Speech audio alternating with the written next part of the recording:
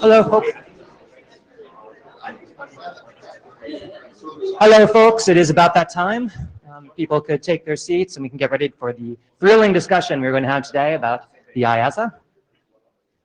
I have a couple of blue sheets here that I would like to start circulating. Please do sign them.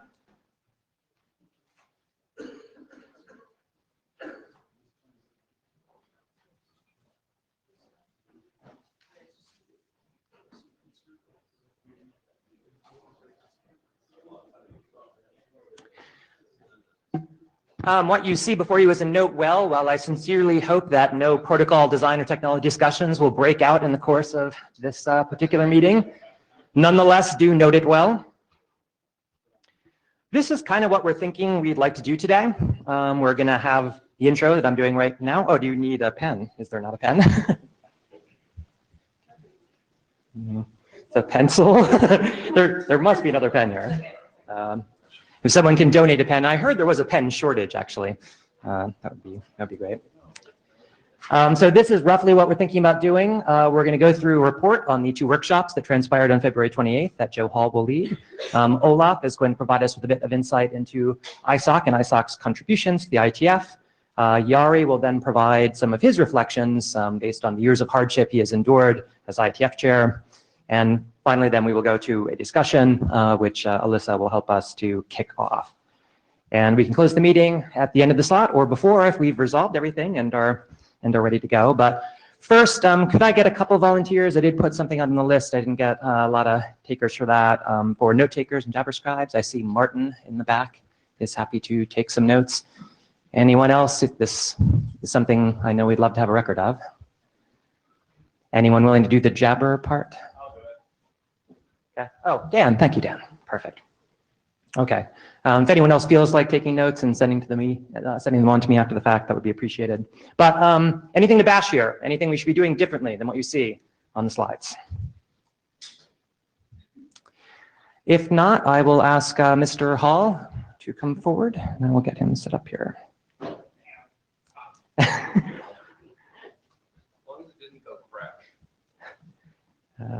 Hello. Get you up here. Wow. Okay, yeah. I will eat it. Okay. Thank you. Thanks, everyone, for coming. Thanks for being here. I'm happy to be here. What we're going to do right now is talk a little bit about the community feedback from the IETF community received during the 2 virtual workshops that IETF leadership put together. Whoa. It's doing that automatic. Yeah, it's doing that automatic thing. That's not good. Anyway, is that because it's in full screen and not presentation mode? Maybe that's an, what should I do? I think it's view. There we go. Cool. Sorry. All right.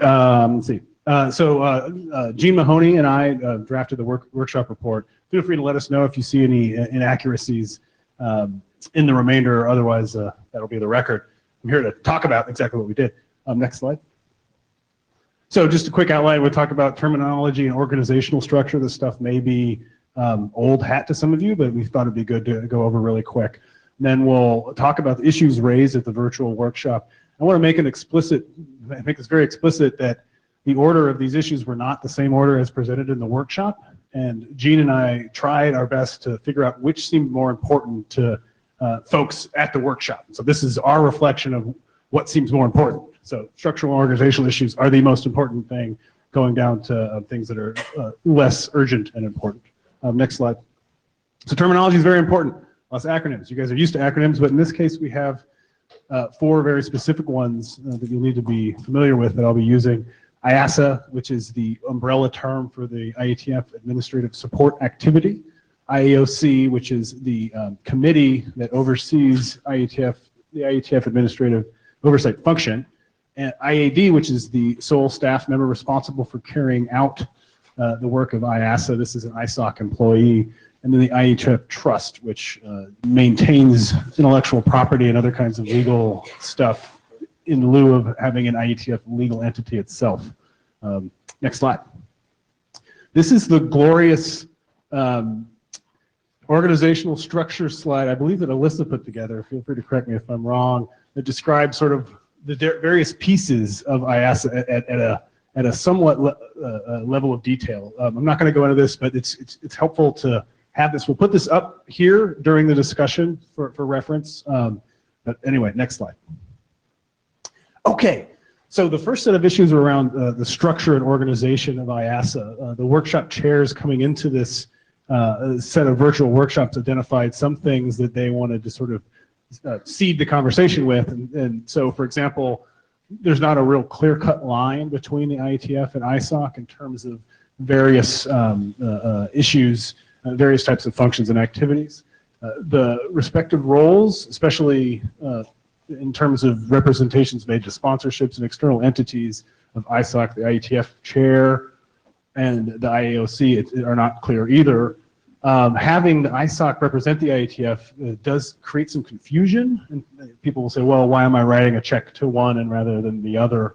And there's a variety of other things about, so who can solicit sponsorships and donations? Well, it's not the IETF, it is often ISOC staff and people, volunteers on their own from the IETF community. Next slide. Okay, so not a lot of words on this slide, but I'm actually going to use my notes here to sort of get into some of the issues. In terms of things that were raised at the workshop relevant to structure and organization, there was some discussion about the delineation of roles and branding here. One participant said they can often be hard to figure out who is doing what on behalf of whom. That branding, using the term IETF or using the term ISOC, it's not a useful way to sort of figure out who's controlling or guiding some of that stuff. So, for example, the IETF journal, which has IETF in the name of it, is ISOC driven and funded. The technical fellows is an ISOC funded and controlled thing. That latter one definitely, workshop participants said that definitely seems like an ISOC activity, whereas the IETF journal seems not so much. Maybe that should be on the IETF side. Olaf, by the way, will have a really neat presentation in a bit about ISOC support for IETF activities. Participants here asked other questions like, who defines the contents of ISOC activities that are visible to the outside world that are branded IETF things? Who decides how to drive those things? Should those be included in IETF's budget? Which leads to another set of things around control and policy authority. One workshop participant said that the IETF community is often confused as to who has control over specific functions and specific parts of the, what part of IASA has policy authority in some areas. So for example, if the community wants to change some aspect of the current relationship with sponsors, it's unclear who can do that. Is that IAOC? Is that IESG, ISOC, IAD? It seems clearer to some people at the workshop than others, I should say, but many people said it felt it was unclear. Another useful question is, for example, how does the IAOC get its policy instructions from the IETF community? Often the IAOC goes to the community for very specific, often very legal feedback. The privacy policy or changes to the trust legal provisions, I think, are good examples. but it doesn't solicit sort of please do this or please make this priority, make this a priority. That kind of input is not there. Although there was a countering view expressed where someone said, doesn't this sort of policy authority from the IETF community, doesn't that come to the IAOC through the IESG via the IETF chair? And so there's even a lack of clarity to sort of what specific questions should be asked within the IASA structure. Someone raised, how many logos do we want on our badges? Somewhat trivial kind of maybe not trivial, but lower priority kind of consideration, or even just a more general, who has responsibility for whatever function. And finally, another in the Control and Policy Authority, another commenter summarized this in the difference between a thin and thick IAOC, that is a thin IAOC that simply oversees the work of the IAD, or one that has more extensive sort of administrative responsibilities. It's meant to do many more things. In terms of the accounting structure here, participants commented that there has been increased clarity over the recent sort of 5 to 6 years about accounting for ISOC staff contributions to IETF activities. But this could be further improved, it sounds. But this also sort of raises control issues associated with accounting. For example, if there is something attributed to the IETF budget provided by ISOC that we don't like, can we delete it? Of course, the we here can be very different things if it's the IETF community or some element of the IASA that's conducting oversight like the IAOC. Another participant said that the control needs to be aligned with accounting, presumably making sure that IETF has control over things that are sort of attributed to its budget and can sort of say what happens with that stuff. Finally, there was some discussion about the benefits of a lack of rigid formality, and what we mean there is, there's some flexibility in the IASA structure, and IETF not being well-defined or even a legal entity, that itself might actually be a good thing for the internet. And by making it more rigid, that might backfire or at least reduce participation from those that like more or less rigid definition. Next slide. Okay, so in the funding issues area, there were some things raised by the workshop organizers. For example, meeting fees are a big part of the current revenue, an important source, I shouldn't say a big part, an important source of current revenue. But unfortunately, there's declining in-person attendance, which means meeting fees are going to be less abundant in the future. And sponsor support, there's some issues there. Getting support for the full sponsorship program doesn't appear to be easy. It's not clear when they're sponsoring one thing or another what the value proposition is there. And then since we tap the same funders for things that may look similar but are actually very distinct, there could be some exhaustion there. There's some comment, or they said the workshop organizers talked about meeting-based revenue seems sort of at odds with the bulk of the work done elsewhere, and that the IETF itself and IASA is increasingly relying on professional services, which tends to make expenses grow rather than relying on volunteer stuff. Okay, next slide. All right, in terms of funding issues, another one. Please check out Yari's draft on finances. I think all Leslie's draft, Yari's 2 drafts, those are really good background reading in all of this. So there was some initial discussion by workshop participants about the willingness to fund IETF at all. That may be a useful measure of IETF's relevance. So, for example, if sponsorship starts to dry up, is that a symptom of a larger problem? People aren't sort of coming hand over fist, how can we give you money to do good things? It seems clear that having multiple sources of funding is really important. The Global Hosts Program, which I believe is a $100K a year for 10-year kind of a commitment. That's more medium and longer term stability. The longer term, especially in how we count in terms of internet years. But that it's kind of hard to communicate to folks that the diversity of funding is just as important as the individual things you're funding itself. We need to think of a way of talking about that. Is the current mix of support optimal? Are there better ways of structuring those sort of funding streams to make the IETF more sustainable? Some other questions raised here were things like, what's the right proportion for meeting-based revenue? What are alternative methods to fund non-meeting-based activities? Are those sponsorships? Do we hire staff or contract more to provide assistance there. ISOC currently makes up annual IETF budget gaps, but not everyone seems to agree that ISOC's primary purpose is to fund the IETF. People had mentioned specifically, like if you're in a local ISOC chapter, you may not know a whole lot about the IETF, and you may think very different things about ISOC's primary purposes. There are other models out there in terms of funding work similar to what we do at the IETF. For example, open source projects can typically land $500,000 a year sponsorships. What might IETF need to look like to attract or support those kinds of donations? Meeting sponsorship, of course, is much more complicated than simply finding the funds to do something. You have to print T-shirts, you have to organize a social event. It would be, workshop participants mentioned it would be far easier if you could just throw money at it and people could deal with the logistics of that other stuff. Funding outreach is a little unclear in terms of who is doing what. It seems to be various elements of IASA are involved in this. IETF chair in some parts, ISOC staff in large parts. OAuth will tell us a little bit more about that. But how does the IETF community or IAOC give input or shape this kind of outreach? That doesn't seem clear. How are new sponsors identified and recruited so we're not sort of banging away at the same folks over and over again?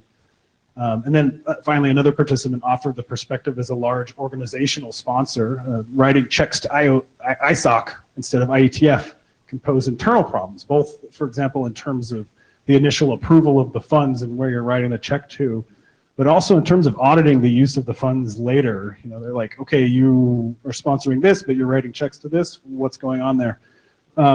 It's sort of unclear how and when the money eventually makes it to IETF, to the sponsors who are writing very big checks. A participant felt maybe that shouldn't be the case, and that this seems especially acute with the IETF endowment, as there's no independent organization managing and reporting on the status or use of those funds. Next slide. Cool. And in terms of transparency communication issues, again, the workshop organizers came with some stuff to see the conversation. That IAOC has typically operated very differently in terms of transparency than other kinds of IETF activities. That there's some roots of that lack of transparency in terms of confidentiality of certain kinds of things, pricing and contracts, personnel issues, which is sensitive kinds of information. And that it doesn't seem that there are really clear requirements from the community about transparency of the IAOC activity, IAOC committee. Next slide. So here, workshop participants talked about things like there could be more communication between the IAOC and IASA with the IETF community. I know you're all saying, wait a sec, didn't we just like cut the plenary time and things like that? And I think this was summed up well down at the bottom, which is, boring details, which are boring until they're not, and then everyone's surprised and wants to be active right then and there. But should the IETF community actually document this transparency commitment? Should it be more like the IESG, where it's a default open policy, and you publish an exception list for sensitive matters? And are what's driving the lack of transparency outside of confidentiality or sensitivity matters? I cheekily should have removed this. Sorry, put this FOMO thing. FOMO, fear of missing out. FOMO, fear of not missing out. Essentially, community backlash. You may just not want to have to deal with 5,000 people coming to you all the time. And then there could be, legitimate concerns. The other one wasn't legitimate, but about rehashing very complicated conversations over and over again once someone has, once an IASA body has made a decision. And then, there's this desire to sort of balance this impatience with administrivia and desires to provide input. And it may be appropriate, rather than knowing what IAOC actually has just done, getting regular updates about what it's going to do. Next slide. Okay. Right on. Okay, so again, this is staff and volunteer resource issues. The workshop chairs seeded the conversation with this material, basically saying, it's clear that the work of the IAD is much more than a full-time job. There's a lot of staff that support that role, but we only have one person allocated to it. Should that look a little different? And then, the things that are sort of required to be able to do this function are different than they were 10 years ago. There's a whole bunch of political and social and health issues visa issues, demanding passwords at borders issues. Anyway, and it turns out that, you know, IETF community members aren't sort of primed to be really interested in supporting administrative stuff. And so we want to be able to attract them in a way that gets them included. Okay, next slide. Okay, so in this, in the virtual workshop, participants came forward with a bunch of different points here. And so, you know, the IASA function is supported by a ton of committees. And do we understand the scope of those committees, how people are chosen, and the kinds of expertise are useful for those committees? You know, on some level, we need to define the roles of, as people said. Throughout all this, I'm not speaking, I'm channeling the voices of the workshop participants. Can we define the roles of individuals, how they're chosen, you know, what roles are better done by paid contractors? And, you know, right now that org chart we showed you earlier seems to have evolved in an organically complex way over the past 10 years, but not in a way that is necessarily directed, although it seems to, you know, support the work. Next slide. Okay, this is the last two slides, I believe. So the last one on internal IAOC organizational issues. So this is definitely lower down in what we thought was perceived priority when writing this up. You know, there's this really strained membership model of the IAOC where, you know, after there's people that are sort of organizationally constrained the amount of stuff they can do that are the ex officio members. You have 4 others, then you have to pick 2 chairs, the IAOC chair and the IETF trust chair from that, which means you have 2 people left that aren't, you know, chairs of something are really busy to actually do the work. Now, there's this interesting discussion about the IAOC and the IETF trust having a significant amount of overlap, and that may sort of convenient in the past that you sort of shot 2 birds with 1 stone. I don't know if you shoot stones, whatever. You know, that's not as, and Yari commented that during the IANA transition, it was clear that that wasn't as useful as it had been in the past and kind of complicated things. And then you know, having the IAB chair serve on the IAOC overloads the IAB chair's responsibilities, and the same may be true for the IETF chair. Next slide. That's the last slide. Sorry, I'm at like maybe 1 acre. Okay, so workshop participants raised a bunch of issues here about internal IAOC stuff. You know, it's clear that we need to revisit the workshop participants said it's clear we need to revisit how we populate the IAOC. It seems pretty clear that it needs to be bigger in some fashion or less constrained in some fashion.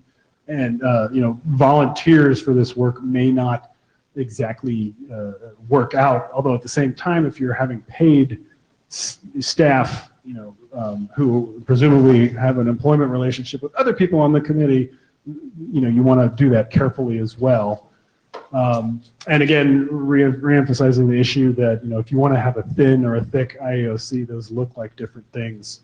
And this whole convenience that the trust and the IAOC are heavily overlapping seems to no longer be the case. I think that's it. All right, thank you, Joe. Next, we're going to have Olaf come up, and while I sit up here, let me just remind folks, we do have plenty of time for discussion after this, so clarifying questions only, and I know we're all extremely skilled at camouflaging our views, clarifying questions, but really, please, discussion after we're done with the next 2 presentations. Thank you. So I need to stand in the box, huh? Ideally, stand in the box, Olaf, if you can, thanks. So the context for this is trying to give you a little bit of a feel of what ISOC does in the context of IETF. Is it all autoplay? Yeah. No, I said it myself. So I think we're on a journey here as ISOC as well. Since last year, we identified IETF as a specific strategic objective within our activity plan. We didn't do that before. Normally, IETF was across the organization part of the work or part of the input or output of our work. Now we have identified what we're doing in the context of IETF and put that in a strategic objective. And that makes it a little bit easier for me to present here how we split that up. So what I'm going to show you here is our 2017 budget. Those are guesstimates. And specifically in terms of FTEs that I'm going to show, I think that those guesstimates are a little bit on the low side, but they will give you an idea of what we do. First, ISOC's contribution. There is a direct financial contribution to the IETF. The budget for that is 2.3 million in 2017. And there's also a commitment to, if there's a shortfall on the actuals, to put that extra cash in. That happened last year, for instance, with the Buenos Aires meeting, which caused less income, less revenue on the IETF budget, and so that is filled in by ISOC. So that's the monetary part, and there is a little bit of an interaction between the monetary part and the work that ISOC does in the context of the IETF. Essentially, we have two big initiatives within that in the objective, and that's the IETF financial sustainability, and then something that we call promote the diverse participation in the IETF. So that's outreach to new participants, bridging communities, and so on and so forth. Next slide.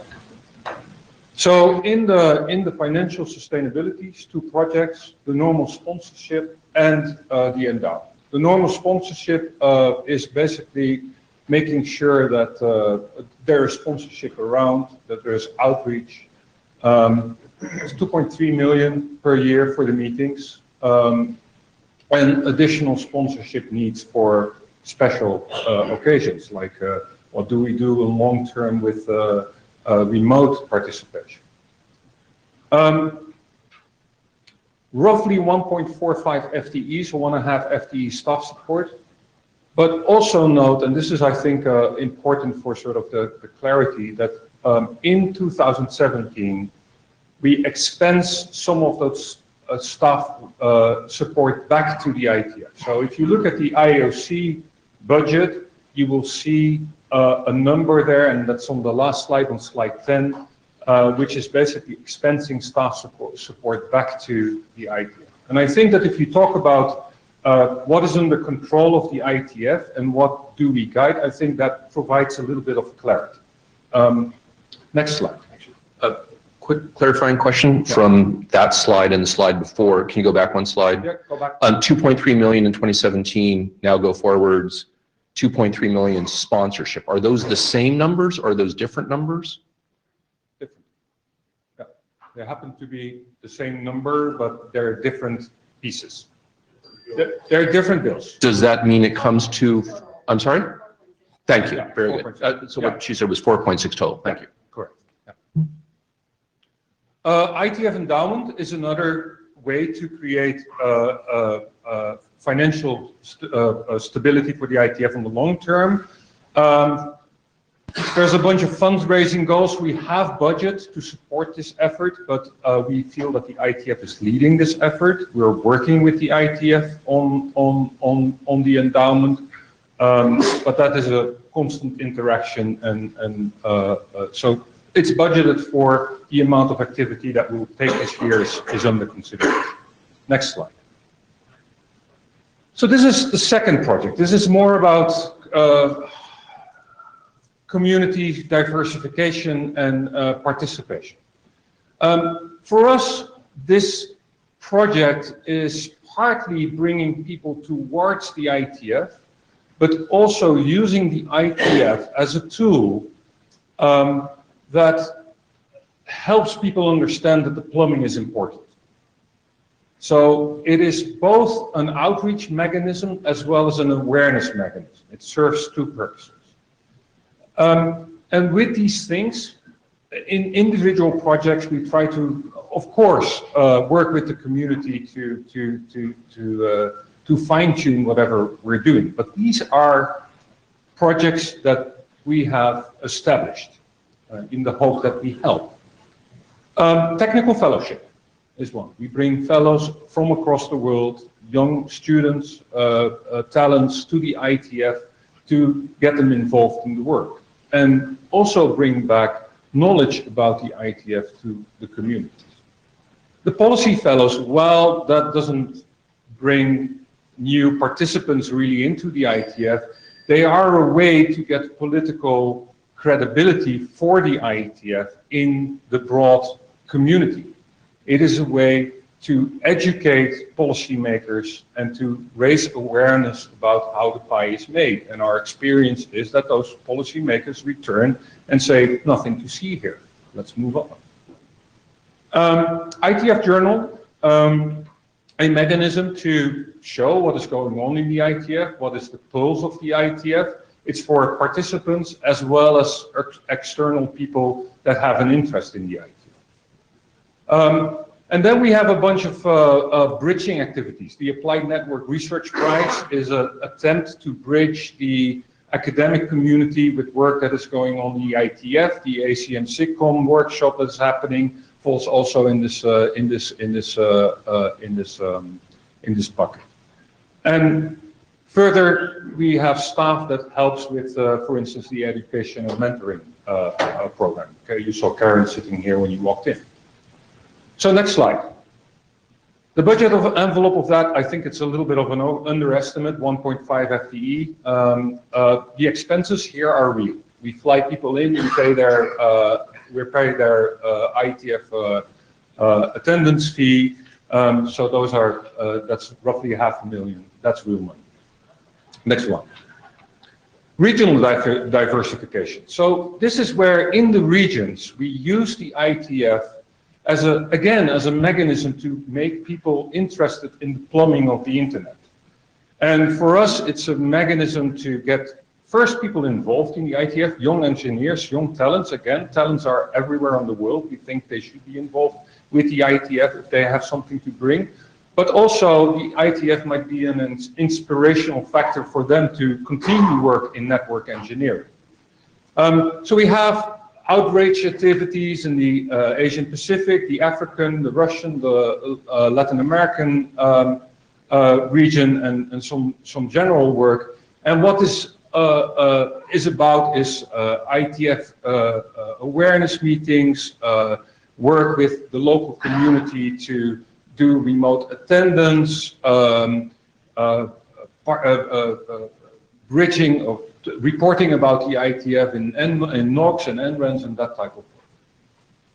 So for us, a strategic way to engage talents in network operations in the internet.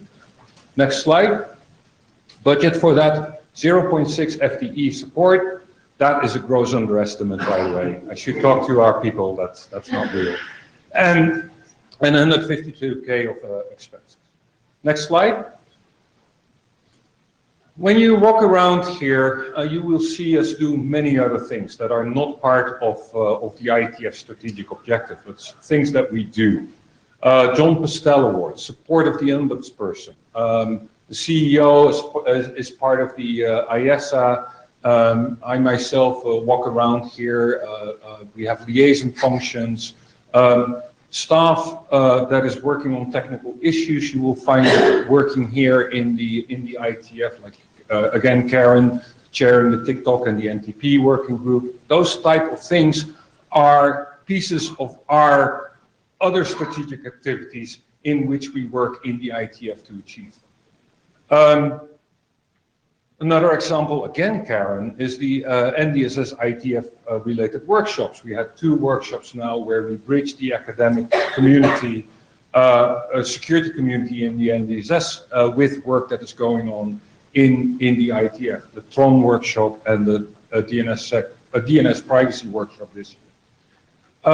Those are things that you don't see with numbers, but they're part of our work and where we come with the IETF.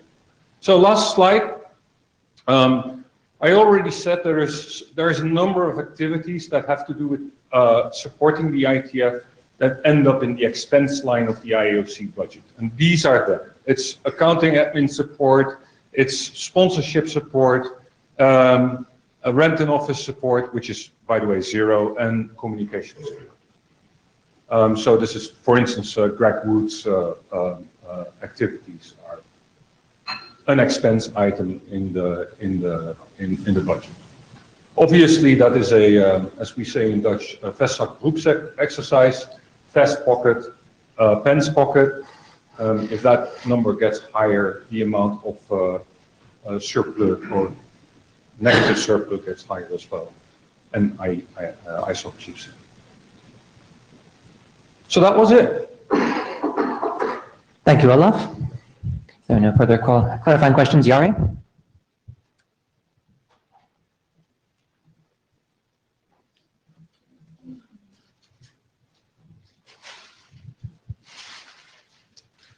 Yes, so I actually feel a little bit funny talking here about these issues because Joe already went through, in a very extensive fashion, much of the feedback that we've been collecting, and my feedback was there as well.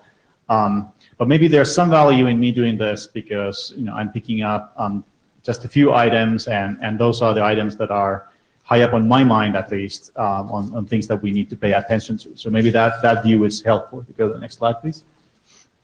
So I'm going to talk about two things, finance and then IASA operations or organization in general. So if we look at the finance piece, I think we can say that we have a strong support base for our income at the IETF. We got the hosts, global hosts, ISOC, IETF endowment. Those are all, I would claim, in very stable ground. But the IETF budget actually goes beyond this. So our budget is based on the assumption that we will get those and some additional sponsorship money, and that has been a little bit harder to get based on experience at least. And then in addition, we have a situation where the community size is relatively stable. It's not growing, it's not shrinking, or it might shrink if you look at the people who are shrinking a little bit as far as attendees in a physical meeting go, but we also have remote attendees. So we have a sort of flat user base. We have a rising cost trend that has nothing to do with the IETF. Like hotel arrangements cost more every year. We also have an increasing use of professional services by the IETF. And one example of this is that our community develops tools and they ultimately go into sort of a commercial professional service and are rewritten or maintained. My statistics tools that I've been maintaining, or not really maintaining the last couple of years, but I originally wrote them, they're being replaced by a commercially produced service in the near future, as just one example of that. And then, of course, as mentioned, the people who are joining our meetings and other proceedings in a virtual fashion, the technology that we are making ourselves is helping us, stay back home and just participate virtually, which does affect our bottom line because we also run on the meeting costs. So if you take all of these factors together, you have a situation where it's not dire, but you actually have to do something. We can't keep on doing this forever on this track. There's also sponsor experience issues that we should talk about. The experience could be improved. In many cases, you have a situation where companies, for instance, are quite keen on the technology that we do. But if you go and ask if they can sponsor us, it's a little bit harder to explain. Why would they sponsor? So having clarity there is important. As you know, the IETF community occasionally is also quite clear on if something goes wrong during a meeting or sponsorship arrangements. The sponsor will hear about this, and that's a factor that people actually consider when they make sponsorship decisions. And finally, we also have had issues in thinking about who we actually target with sponsorship requests. In some cases, we've gone sort of far out into some location in the world and tried to get support from that area. Whereas, for our other meetings, we just, get one of the global hosts to support us as an example. And I think we have to change this. This is more a global business situation. It's availability of sponsorship funds should be more carefully considered. Next slide. Then other topics. I think there's a structural issue here that we have to fix. The system has grown tremendously since it was set up 10 plus years ago. I think we have a system that's basically designed for, like one person, one IAD, and that can handle everything. Now we actually have lots of people working around that system, and the organization isn't as optimal for that as it could be. We also have bundling the IAOC with IETF Trust, which I sort of have grown to, or I used to think that's a good thing, but now I think they are actually quite separate tasks. And we could easily unbundle them and make some busy people less busy by distributing the load further. As has been discussed, the clarity of IETF ISOC interface is something that could be improved. I'll also note that if you poll people, would you like to work on this and this role within the administrative pieces of IETF, you don't get a lot of you get some volunteers, but not a huge amount. Sometimes we have only one person to sign up for non-com slot, for instance, and so forth. So that's a problem. To me, that says more of this probably needs to be sort of outsourced or done by professionals, and not so much of it by us. There's also issues around our meeting planning process that I'm sure everybody has observed. But there's also opportunities there. For instance, we do use repeats. So most or many of our meetings are back to the same hotel that we've been to before, or at least back to the same city. But that isn't entirely taken into account in the process that we go through when doing this. So I think we could actually handle that a little bit smoother. So those were the issues that I had high up on my mind, and any questions I can answer. Otherwise, I'll turn it over to further discussion. And to tee up the discussion, thank you, Jari. Alyssa will come up and say a couple of words. Let me get my slides back up here. I think we're going to have this be the backdrop of the discussion. Is it doing the slide thing? Oh, well, it's fine. This, yeah, that's good. Thanks. Yeah, I think so. Where this came from actually is that the IAD Ray has a couple of charts that are much more elaborate than this, which he uses to kind of keep track of all of the different functions that are supposed to be encompassed in IASA. And they were so complicated because the structure that we have is quite large and complicated, that I tried to sort of distill this down into something that would actually fit on one slide, and that people could actually sort of understand. So there's a few things that could have been included here and would still be understandable that are missing. So I just wanted to give a little more color on this. First of all, there should also be arrows between the IAD and all of the committees, because the IAD sits on all of the IOC's subcommittees. And second of all, you see the arrows around managing contracts. That actually represents a couple of dozen contracts at any one time that are being managed.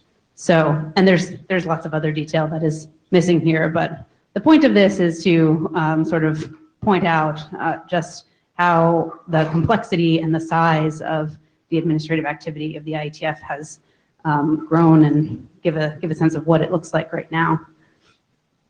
So from my perspective, I think the workshops that we had were really excellent in terms of distilling out a lot of the issues. Thank you, Joe, for reviewing that with us. And we definitely want to finish up that workshop report, so appreciate comments on the report. At this point, I feel like we have a few things that we can do, and I just want to share some framing thoughts so that we can discuss. The first is that we had Jari come talk about the funding. The other presentations were a little bit more around the administrative side and the programming side of the IETF. And to me, those two streams are related, but we can kind of consider them a little bit separately. In my mind, at least, that's how it shakes out. So those streams of thought need to be talking to each other. But as we go forward and try to think about, okay, we've identified a bunch of problems. Now, what are we going to do about them? We might want to consider the funding issues a little bit separate from the administrative issues. So that's just point one about how do we organize our thoughts today and going forward. But the other thing I think we need to do, we've identified a lot of problems, as Joe and Yari articulated, and I think we need to kind of distill out like what is the essence of those problems, and as a means to figure out what are we really trying to solve here. And I'll just sort of paraphrase something that I put out on the list last week, which is that to me, I think there's really kind of two pressing issues that color everything else that we're talking about here. The first one is that, as this diagram shows, the personnel structure that we have for administering the IETF, and I'm just focusing on the admin portion now, sort of putting the funding aside. The personnel structure that we have for administering the IETF is basically outmatched by the size and complexity of the task. It has changed a lot over time, even just since IASA was established 12 years ago. And it's not limited to there not being enough people, including both volunteers and staff. That's part of it. We always have trouble finding more volunteers. We have way more work than there are people to do that work right now. But it's also about sort of the shape of this, the way that much of it is centralized around the IAD. And also the way that the lines of responsibility are separated vis-a-vis other concepts that are important to who's on which side of those lines. So we've had some discussion on the list about, how many ISOC staff are actually involved in supporting what the IAD does. Olaf talked a little bit about how many ISOC staff approximately are involved in various other parts of ISOC's programming. Those things all matter a lot to the IETF. In some cases, the IOC has sort of indirect oversight over those things because it has oversight over the IAD. But in reality, we don't have a lot of oversight over things like those people's performance reviews, what skills they bring to the table, who gets hired, what the retention is like of many, many, many of the staff who are indirectly supporting the IETF. So it's part of it is about, just how many warm bodies do we have, but part of it is really about how this thing is actually structured. So that's, I think, one kind of key takeaway for me is that the personnel structure that we have doesn't really match the tasks right now. The other one that kind of came up again and again in the workshops was this notion about lack of clarity over who has authority over decisions and budgets. And we saw that within the IOC context, but also within the broader IASA context vis-a-vis other decisions that are getting made. So to me, that's the other really strong theme, that if at the end of this process we haven't achieved that clarity, then we probably say that we have failed. So what I'd love for at the end of this session today is to have, first of all, some feedback is like, those are what I think are the two big problems. I'd love to know, what do other people think? Does that seem right? Is that off course? Are there other really big problems or ways of distilling all of the problems that we've talked about into something that we can reasonably try to conceptualize to solve, which I don't think we're quite at that point yet. So I'd love to understand that. But I'd also like to understand a little bit how the community feels about the direction in which we should go in terms of thinking about the solution space. And again, here, I feel like we have a little bit of a choice.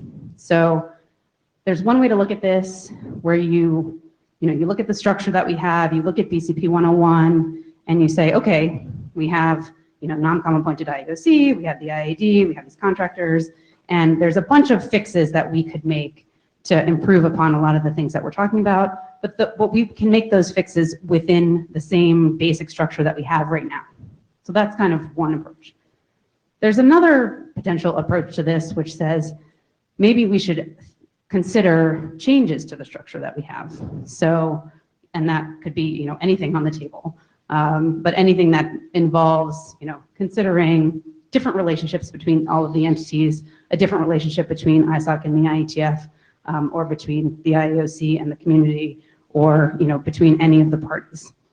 And as I try to conceptualize, like, what are we going to do next, or what are we going to do with this big pile of problems, I think it would be really helpful to understand from the community kind of which of those directions people are leaning more towards or feeling more comfortable with. So, you know, do people want to consider more significant structural kinds of changes, or do we want to consider making changes within our existing structure? So that's kind of the other big question that I at least would be interested in hearing from people about. And that is all I have. So I leave it to you to shepherd the discussion here. Thank you, Alyssa. I'm shocked we don't already have a microphone line here. But yes, please do come to the mic and let's hash that. This is a brainstorming session. You know, we don't have a BOF charter here. We're not forming a working group. So this is really just an opportunity for the community to talk about the issues that Alyssa's raised and that we saw from the workshops and try to get some clarity. Lou Berger, clarifying question to Alyssa. Unless I missed it, I didn't hear the word trust. So where does that fit in?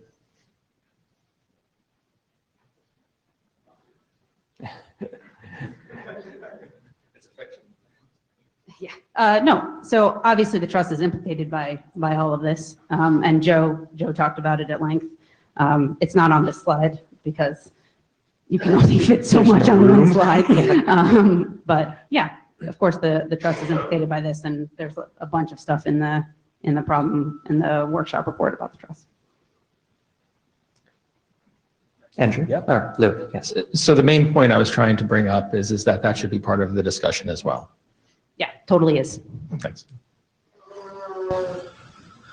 My name is Andrew Sullivan. So just on the question that Alyssa just posed about, you know, do we make sort of tiny changes, assuming the basic structure that we've got, or do we tackle this thing in a bigger way?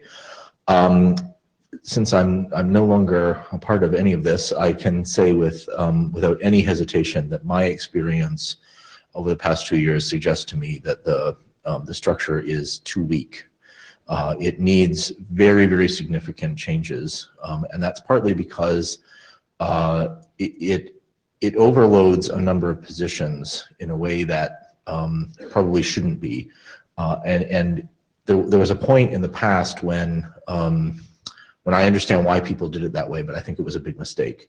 So when I made this argument to somebody who was involved, I guess, in the original design of this, the person in question said to me, no, it has to be the IAB chair because you're the only person who has all the state of everything, and you got to like run it all through that. And my reaction to this, of course, was if somebody came into your working group and said, here in the middle is a magic box that everything goes through and it holds all the state, you would throw them out. So like we should not design our own systems that way either. And I think that is one of the really, really deep weaknesses in this system. There's too much overloading of people. I think that we should tackle that problem. Ted Hardy, first I remind my colleague that his red dot does not expire until Friday, so he's still implicated for a few more hours. We're going to miss him.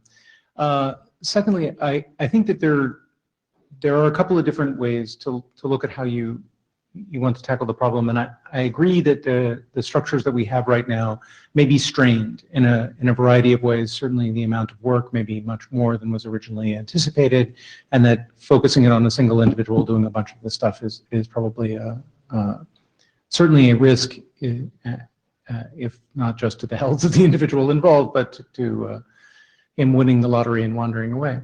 But the question I actually want to ask is kind of related to the magic box question. If we were designing this as a set of APIs and not worrying about how much effort it takes to produce the information across these APIs, would this in fact be the right set of connections? And I think that it is not in fact the right set of connections, and that What that means is you can't fix this problem by putting more resources in the current set of boxes, because that just means that there are more people or contracts or whatever to pass the data across the wrong API.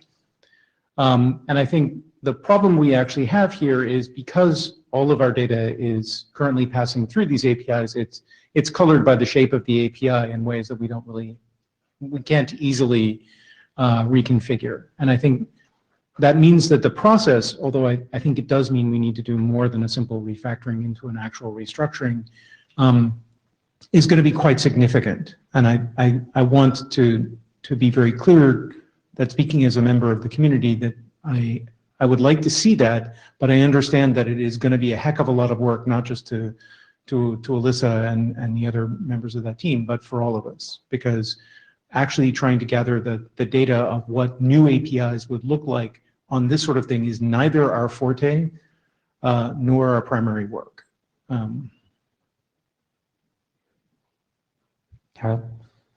Harald Alvestrom. Oh, this mic is good. I like hearing my own voice. 2 points. One is the trust. The structure of the trust was thrust upon us by a sudden demand from certain quarters, named unknown, which could be most easily satisfied by giving another label to ISOC, to the IOC. We should regard redesigning the appointment of trustees to the trust as a completely separable task, and probably an important task, but it's almost completely irrelevant to all the other problems facing the IOC.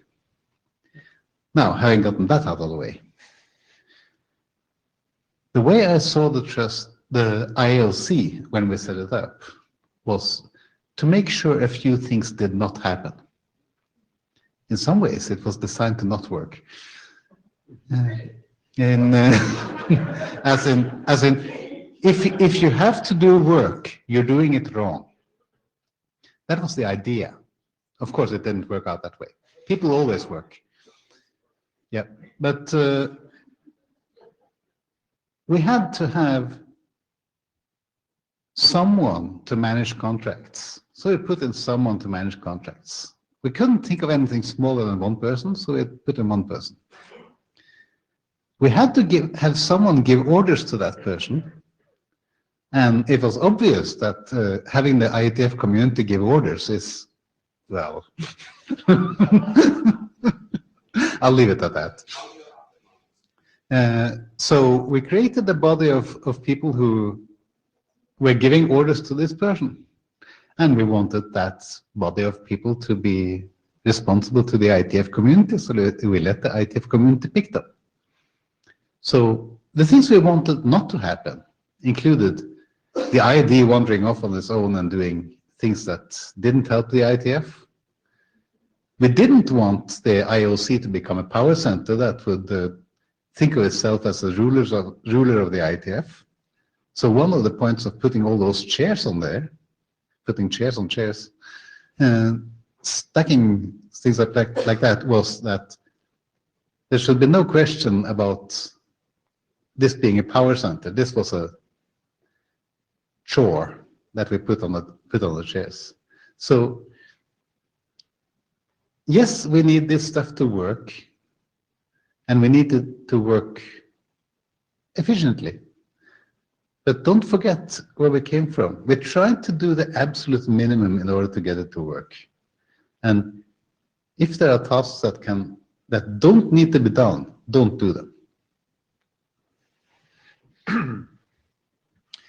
Jonas Oininen. So, Alyssa, you asked that, should we consider kind of like small tweaks or kind of bigger overhaul of the system? And I was thinking about that question, and I thought that I don't think that's the right question. I think the question is actually, what do we want? What do we want to accomplish here? What is the target? And then look at what needs to be done to achieve that target. So if we look at the current structure that was done in, well, 12 years ago, with an IETF that we had 12 years ago. And our main target, we never wrote it down, but I think it was actually quite a bit discussed at that time, was that IETF would be in control of its own administrative fate, which it wasn't before that. That we could actually organize the meetings the way that we wanted. We would get the new technologies in the meetings. We would know what money comes in and what money goes out and so on. And that was the main target. And this was how the structure was created, was to reflect the IETF at that time. So it is quite minimalistic. It relied heavily on volunteers because that was how IETF worked at that well, and that was how IETF wanted to work at that time as well. So we used a lot of volunteers to do a lot of our kind of like coding and organizing things and stuff like that. So now that we are here 12 years later, we should think about, well, what does IETF look like now? What would be an organization that would fit the IETF better today? And it's not necessarily anymore the same kind of organization that we had at that time. We still rely heavily on volunteers, and that is still a good thing in a way. But the thing is that the volunteers might be doing different things. And there might be a different level of interest also for volunteering that time. So we should think that about, first of all, what is the target what do we want to achieve? And then the thing is, how has IETF changed over those years? Partly because how we engineered this at that time to reflect that, the organization of what we had then, this has now overloaded the people that are on IAOC and who are around it, because these things had to be done that were done by volunteers or that were done on an ad hoc basis. Now they have to be done more professionally, and those people are now overloaded. So thinking about how to what is the target maybe that we want to professionalize or kind of like make this look like more that IETF is and the reality is today. Well, what do you think the target should be? Oh, that is a good question. And I wasn't expecting that. That's bad. The thing is, of course, I'm like, one of the things is target is just to review, is the structure any more kind of like helpful, or does it fit the organization that we have today? I think partly to do the workshops that have been organized, most probably not completely at least. The other thing is that looking at the VCP 101 and looking at some of the things there is like, some of the things that were there were done in the design of that time. So looking at that, does that still fit? The other target, those are not very good targets, I have to admit. But the thing is basically, I don't know. I really don't know what the target is. But are you convinced that there is at least a situation that warrants? Yeah, I think it warrants at least review. Yeah. I think that is, I'm like, it's 12 years and IETF looked very differently. And we had a target at that time, which doesn't exist anymore, which was just to get the faith in our own hands. We have that. We have had it for 12 years. Now it's time to review that. Does this fit the IETF? Do we actually still have it in our hands, given what the situation? I mean, I think that's what the workshop report, if anything, reflects, that there's at least some concerns about that. Right. So, whoa. Colin Jennings, I'm here really to represent Cisco and talk more about our role as a global sponsor. And normally Dave Ward represents us in these things, but he's not here today. I've removed my shoes to get in the right Ward mindset for the whole thing. And I'm sure he'd be saying the same thing right now if he's here, perhaps more eloquently. When we go and sponsor, we support both the ISOC and the IETF goals and missions, but quite differently, and we fund them internally with different budgets. We would like those to be very separable, and for us to be able to directly fund IETF with an understanding that how that money was spent was directly impacted by the community, the IETF community, and those sorts of decisions. That would make it much easier for us to explain how it was being used gather things internally, get the stuff to the right places to make it happen. So from that point of a global sponsor point of view, really would prefer a significant change where there was, separate bank account, separate responsibility, probably separate mission statement, obviously still linked and connected together in the sense of, these two organizations work closely together, but we need two organizations. So that's the direction I'd like to see go. Leslie? Thanks, Leslie Daigle. I stood up in part because I suspect that I am the person in question that Andrew referred to. At any rate, I have said those things. Well, then, there you go. I have said those things. I have said that the reason that the IAB chair needs to be on the IOC is because they are the person who's plugged into all of the IAB activities, and more to the point, that the IAB chair and the IETF chair basically are two peas in a pod the way things work today. As an illustration of that, I recall vividly having a conversation where I started a comment with one of them in the hallway at one point in the day and finished it with the other of them in a different hallway at the end of the day. It's like, well, clearly the mind link was working, or you were talking or something. But the point is, I think that it is a fact that today IETF chair and IAB chair are plugged into a lot of things. In this room, we can say, therefore, it is currently important to have those views represented on the IOC. But if you don't like that, I don't think that's an IOC problem to solve. I think that's an IAB and or IESG problem to solve, that there's one person plugged into so many things. So set that off our table for today. The other thing I wanted to say, and apologies, I'll take a bit of time for context. I was certainly there when we set up the IASA, including, I earned the threat of a lawsuit out of this. And I was the first IAB chair on the IAOC and, helped hire our IAD, and was part of its functioning in the early years. After I stopped being IAB chair in 2007, I blissfully wandered off and did other things for a while, and then for some mad reason, volunteered to the NOMCOM to be appointed to the IOC again a couple years ago. So I came back into this environment, with a multi-year gap in my IOC inbox. And the reason that I drag you through all of that detail is just to say, so I've seen it in the beginning, I see it now. These are two very different beasts, right? The world is really different. If you look at that diagram, the number of things that were not on it in 2005 is long, right? We didn't have the RFC editor contract as part of this directly. We certainly were only beginning to have a secretariat contract, so on and so forth. And I think the important thing for this discussion is, I think we did a damn fine job of setting this thing up in 2005. Yay us. That doesn't in any way need to take away from taking out a blank piece of paper today and saying, what problem do we need to solve today? And I think that we do need to change some things fairly significantly, because in 2005, we had no idea about this whole raising money thing. We didn't even know how, we didn't have even a firm grasp on what our revenues were from meetings, costs versus revenues, et cetera. We had no experience in all of that, not our forte, somebody said earlier. We actually have collectively, with the staff that we have, the people that we work with our own experience in discussions like this, we have a lot more experience in those more mundane things now.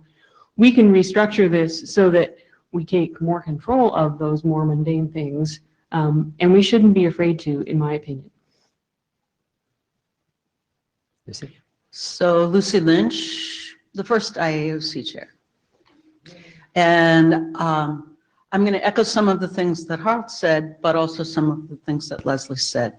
I think what's important here is to get a meta level above this and look at the whys of the design as it was originated and what the values behind those that we may still want. We still want to be mostly a volunteer organization, or at least I believe that. We still want independent relationship with whatever our funding sources and administrative core are around the IAD. I think some of those things have stayed valid. And the fact that everybody gets up here and says it's 10, 12 years and that we've run with this design, how many of you are in organizations that reorg every 6 months? I mean, this was a Those are the stable ones. Yeah, so this was an extremely constrained design by intent, and I think it has reached the edges of the protocol, and it's time for a redesign. But I think the design problems are still the same. So both the maintaining a volunteer core, maintaining independence, maintaining the idea of individual participants as opposed to staff and members, those things. It's very core to who we are. So keeping those in the design as you redesign, which I think you must. Hi, Jason Livingood. Couple of comments. One, I'd like to echo, speaking as a global host from Comcast, Cullen's comments.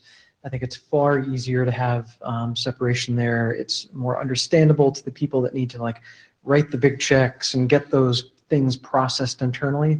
It's very complicated to explain every single year to a constantly changing cast of finance and accounting people. So that's the first point. The second, certainly on the question of sort of incremental change versus clean sheet redesign, I think I would echo certainly what Lucy said and Leslie hinted at as well. 12 years is a long time for any organization to go without a reorganization. I think it's a testament that the design was pretty good at the outset, that it's lasted this long. But if this was an airplane, we're sort of at the outer limits of the design envelope. And, I don't want to see the wings fall off in the near future. So I think it makes sense to do a clean sheet redesign, which means step back from the existing structure and say, what are you trying to get done? What are the sort of administrative and other operational things you need to get done? And then eventually back into what the structure would be and how to organize that. But it seems like, time is ripe to do that now. Thank you. Bob? Hi, well, Bob hinted, this mic works much better than the other ones in the other rooms. This, just two thoughts. First of all, this chart reminds me of, you may have heard this, but, if you build, like when they build a university, they, and they have big open areas, they have a choice between, for the designers to lay out where the paths are, put the concrete down, or you just plant grass and you see where the paths are. That's what happened. And I think to Leslie's point, it's good. The structure we set up evolved to do what we think we're doing today. So I think that's been successful. I think and I agree that it's been a while and this is a good exercise, and I'm sure we can do it better. But I think as to what Lucy said, I think we need to think hard about the way what kind of organization we want to be. Do we want to be volunteer-based or paid staff-based? I personally think going to paid staff isn't a good idea because the paid staff will end up running the organization, and the community will have less and less say. And I think it will also make the finances even harder. You can look at what's happening in W3C. That's, they write their paid staff writes many of the documents. That's like the other side, but that's not, my understanding is they're having lots of organizational troubles these days. I don't think we want to go there. This community works differently, but those are, I think, the kind of things we need to be agreeing on before we get into how we're going to do it. And I think that covers a lot of things. Obviously you could I'm not proposing that you hand a bunch of stuff to ISOC to do, and they'll do it. We may or may not like it. And that's the trade-off. When we set this thing up, there was a requirement that, we wanted to be self-governing. We wanted to not have someone else doing all this. And we got that, but whether we as a community want to put enough effort into doing it, has clearly been a challenge. We don't see a lot of volunteers here. We're very happy to complain when it doesn't go well, or I'll even use the word perfectly. But, we don't necessarily then go volunteer to help work on it. So that's a problem we have, and we're going to have to come to terms with. Hi, Eric Pasquola. So I looked at this diagram and I'm like, where's the PCSCF? I mean, this looks like the IMS diagram. Might put your mic a little farther. Sorry. Used to, Yeah. I guess this one does kind of work. Yeah. Yeah, exactly. Previously, I've been having to like do this. So, I mean, I, like Leslie, was there when this was designed. And so I'm quite familiar with the constraint center, which was designed. And I think it was a pretty reasonable design, you know, for that time and those constraints. And while the basic principles, I think, as Lucy said, haven't changed, the operating environment we find ourselves in has. And so this is now started to age, and you know, organizations age, and as Bob said, they sort of accrete stuff, and then eventually we refactor. And so it's like clearly time for some kind of refactor. You know, I guess like a few other points I was noticing as other people were talking. I don't think there's really much danger of the paid staff running everything. You know, I spend a lot of time watching what the Secretariat does, and they do a fantastic job of keeping everything running. And like, don't ask me to tell you where a meeting is or like book a room. So, but you know, I don't think there's really much danger that, of turning W3C structure. That W3C has as its core the idea that the paid staff are part of the technical mix. And I think we do a pretty good job of having self-governance and having effective paid staff without sort of a structure overpaying staff to develop the standards. I guess finally, you know, we don't give anywhere near as much money as Cisco or Comcast. We have given money, and it's really much easier for us to understand that we're giving money to IETF for specific things, as opposed to we're giving money to some global pot that somehow gets allocated in some unspecified way. So I'm Kathy Brown. I am with the Internet Society, and for those of you who don't know, I actually sign everything, which I found extraordinary when I came on. I didn't understand that I signed everything, and that indeed I am legally responsible for everything. So and I want to make this point because I want to make a further point here. First, I think 3 observations that I thought would be helpful to you as you think this stuff through. One, I think that what came out of the roundtables was excellent, and I really appreciate that people were able to put on the table some of the frictions that are in the system right now that ought to get some attention. So that's number one. Number two, my observation is that many of those frictions are actually structural, or at least caused by structural issues, and they're not personal issues. They're not about persons. It's not about commitment. ISOC has deep, deep commitment to IETF, deep commitment. Indeed, people feel that we are partners.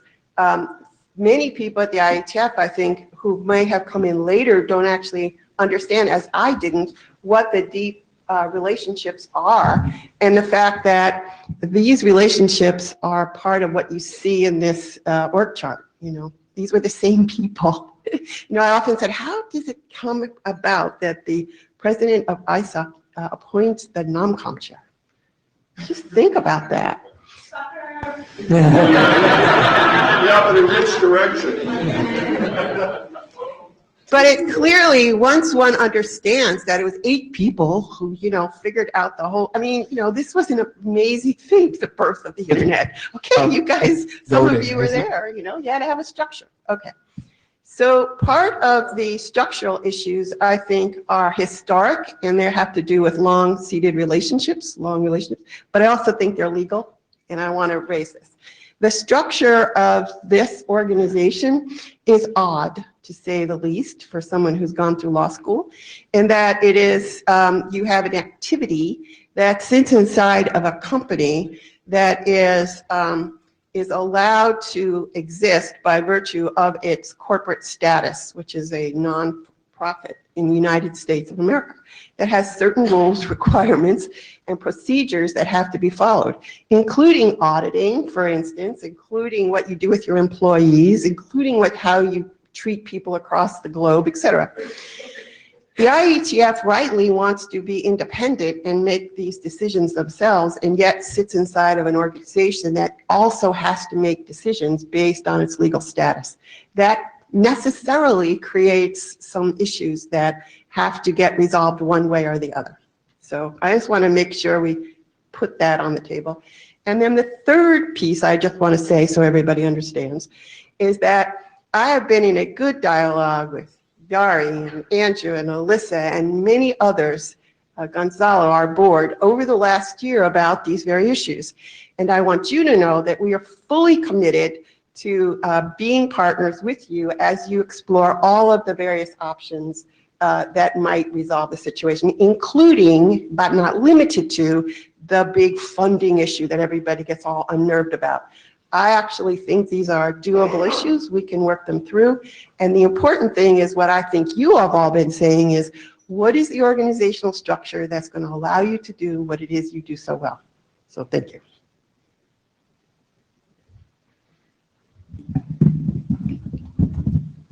Alyssa Cooper. So I wanted to come back to some of the things that Bob and Lucy raised and try to probe on those a little bit more. In particular, the question about being a volunteer-run or led activity. And I agree with Ecker. I don't think anyone's really talking about making any changes as regards to the technical direction and leadership of the IETF. So if we limit this, just to the admin side, I found it particularly interesting, Lucy, that as the outgoing non-com chair, this notion of the desire to have the administration be done by volunteers as compared to the reality of who is willing to step up and actually volunteer, as Bob pointed out. So I would be interested to understand a little bit better people's thoughts around that, because to me, it seems quite clear that the bulk of the community is not interested in taking on the administrative tasks themselves. And in fact, if we think about the future trajectory of the IETF in terms of, what kinds of participants do we want to be attracting, it's not really obvious to me that your sort of high quality, super good network engineers are going to be the best people to do the administrative tasks, nor will they be interested in doing them. And so I'm wondering a little bit about the gap between kind of the desire to have all of the admin taken up by volunteers versus the reality of the participant base not being terribly well suited to that set of tasks. My other question, going back to you, Lucy, is around, you were talking about the independence from the funding sources.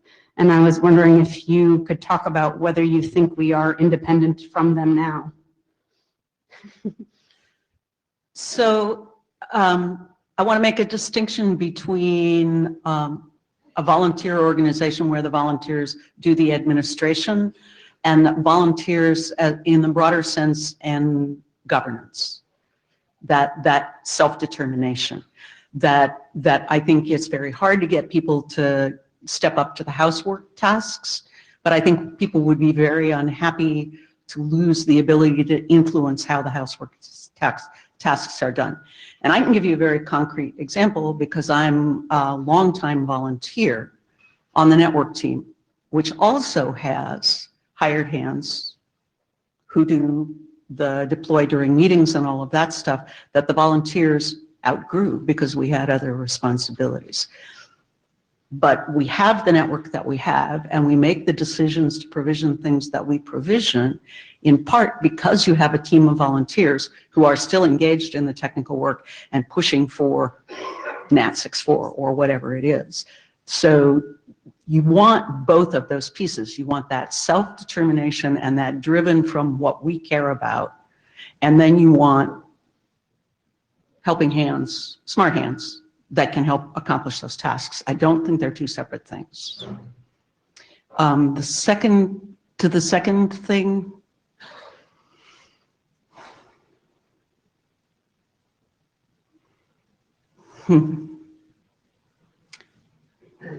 I would have to think about a clearer answer for you there, but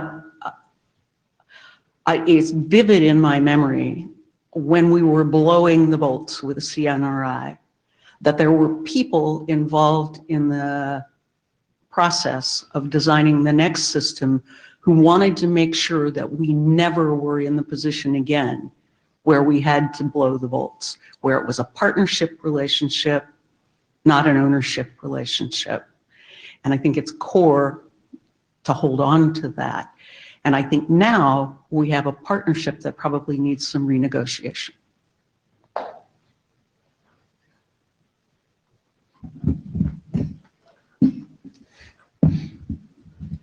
This mic is difficult for short people. Unlike me. Yeah, I think Eric probably captured best my thoughts on the volunteer side of things. Although I really want to, I really appreciate how Lucy's characterizing things, that this is an organization that does want to be able to self-direct and reinvent as necessary. And that's something that we absolutely need to retain. And I would like our terminology not to then have that preclude the possibility of staffing ourselves appropriately, right? I mean, Bob, you only get minutes from the IOC in a reasonable time frame when we have paid people doing it. So let's be clear. And that's not taking away from self-direction and so on.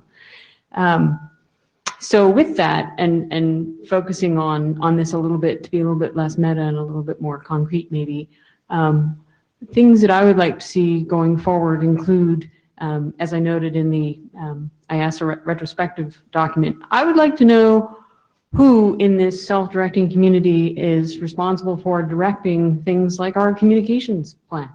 Because that isn't an ISG thing. It's not an IAOC thing. I mean, we might review the contracts. Currently kind of falls to the IETF chair, but it means that the list of things that requirements for IETF chair gets super long, and every time we get a new IETF chair that's good at some new thing, the next IETF chair has to be good at that as well. So communications is a fine example. The funding thing, you know, I think that the challenge for the funding thing is to set aside the part that Kathy said we shouldn't be worrying about, understanding how we represent ourselves so that other organizations that should be engaging here, other individuals who should be engaging here, understand what they would get out of it and how to get that out of it, and therefore contribute, you know, time, effort, and money. That's something that I think needs to be a little bit more elaborated in our structure, and support for that needs to be a little bit more elaborated. And that's a fine avenue for us to self-direct ourselves down going forward.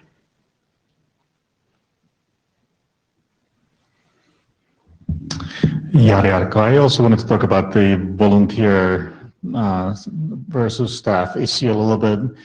I don't think anybody is suggesting that the volunteers or the IETF community would be out of control here. What I think people are suggesting is that they currently have imperfect tools to affect the entire system, given that this system has sort of grown organically in weird ways, and it's not necessarily optimal for that purpose. So I think we will still see a board that is in charge and is non-com appointed, but they need better tools. They need a better control. And I think Jon also had a very good question of what is the goal here? Not just do a review because some things work badly, but have a very concrete goal. I think it could actually be the same goal as we had way back, which is IETF be in control of its own administrative destiny. And given that the outgrowth of this complicated system, we're not in as perfect control as we perhaps were before. So let's just do a redesign, and then we have a much cleaner system with volunteers still in control. And yeah, so I mean, if you look at the graph, also the yellow and the blue ones, it's all paid staff. So we're already there in that sense, but we just need the white bars to be in better control. Thank you. Dave Crocker. So we had this fire hose of issues that was presented to us, and the danger with that is just getting overwhelmed and doing a random walk, and finding some way to parcel the details into some compartments that are more organized is going to be really helpful going forward. And another thing that will be helpful is looking for things not to do.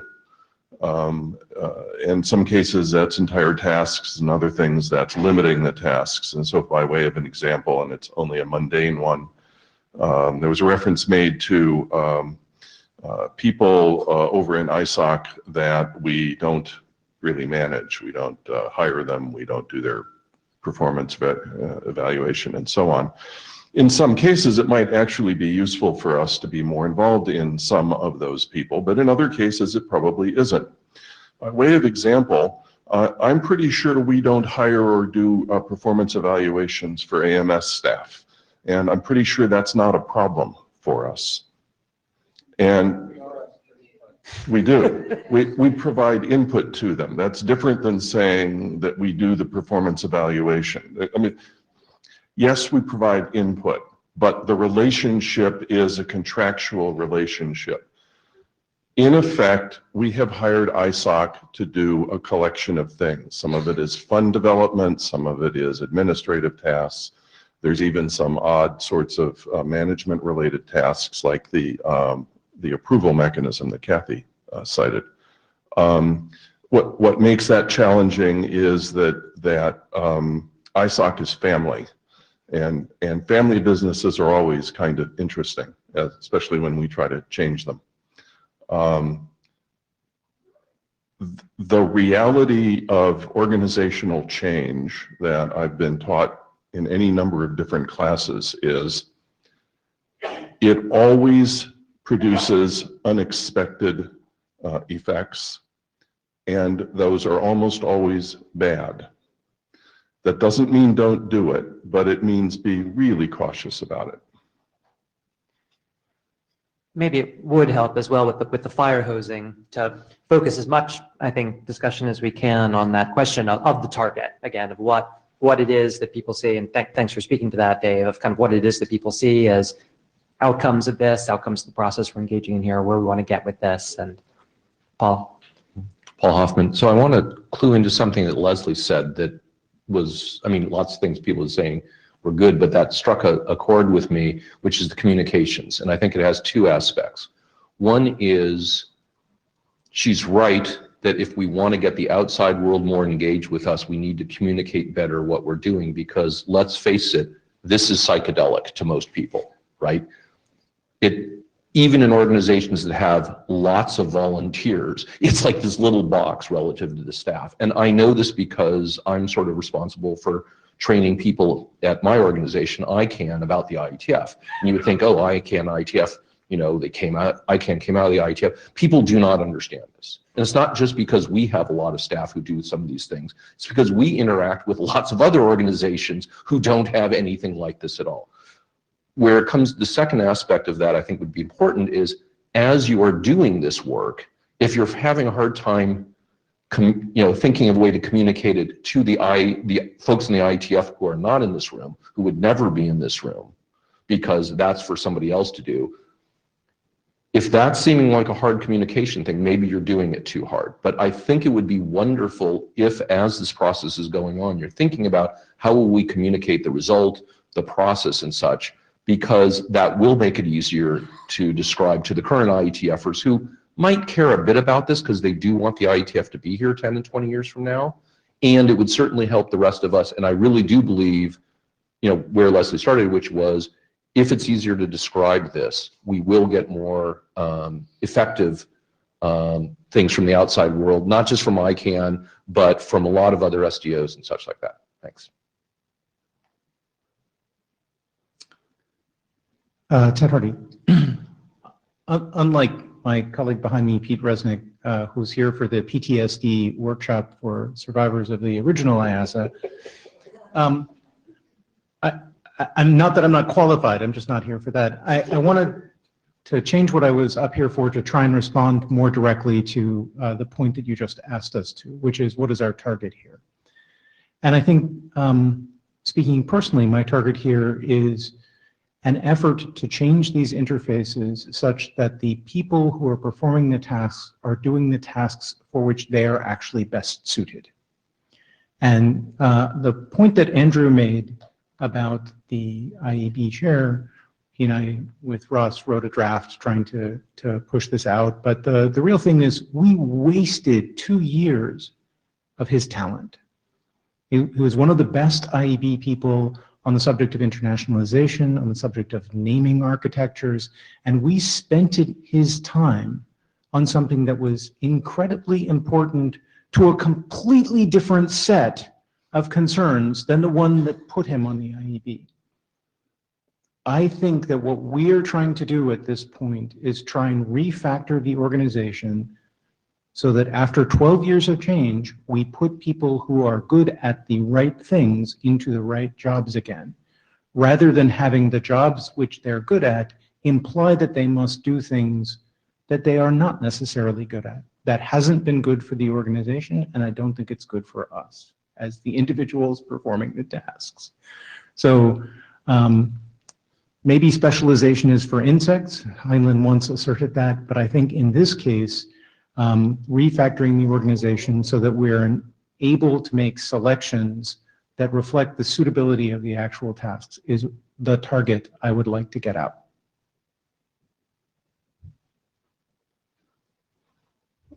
Hi, my name is Pete Resnick. I'm an IASA 2005 survivor. Hi, Pete. Thank you. The thing that Dave said struck me as I was standing here, because this started in 2004, 3, whatever, as a problem of family. That is, we had a piece of the family that was running the administrative function, and we had a little family fallout. And it had gone really bad by the time we started, and then we had to sort of pull out of it in this way. We do not want the family relationship with ISOC to get to that point before we fix this.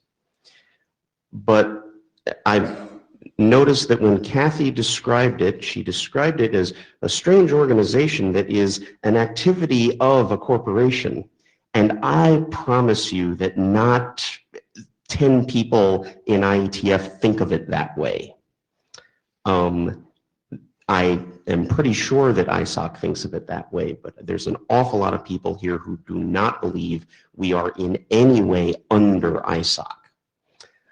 I think restructuring this such that it is clear that we are a family, but that we have 2 separate organizations that are not in some subservient way is a really good thing.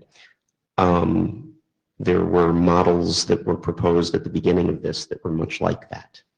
So I have no problem with the idea of having a professional staff to run the part of this, of our work that is not the technical work of the organization.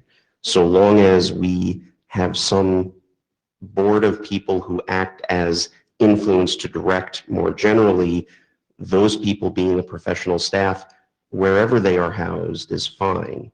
But let's be clear on the relationships between the family members here.